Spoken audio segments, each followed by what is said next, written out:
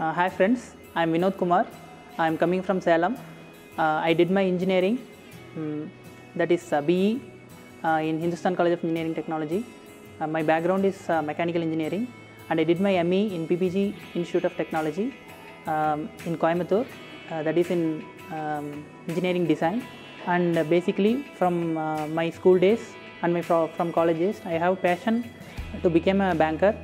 I worked in a company for 1 year, and that time itself I was preparing for bank exams, but it was impossible for me to prepare well because I'm working in a company. So I dropped my company and I started preparing for bank exams throughout, and also I joined it in ME. So 2 years I have prepared with my own preparation, but I can't able to clear bank exams.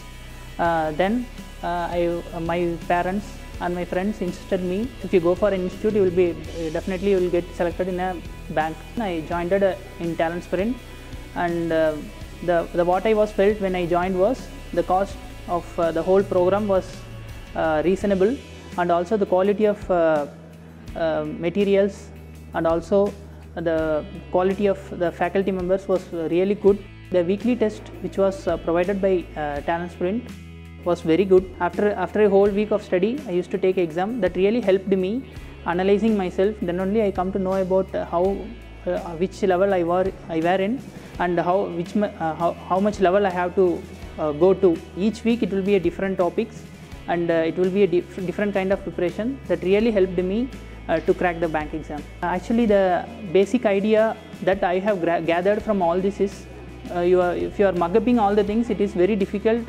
to crack the exam.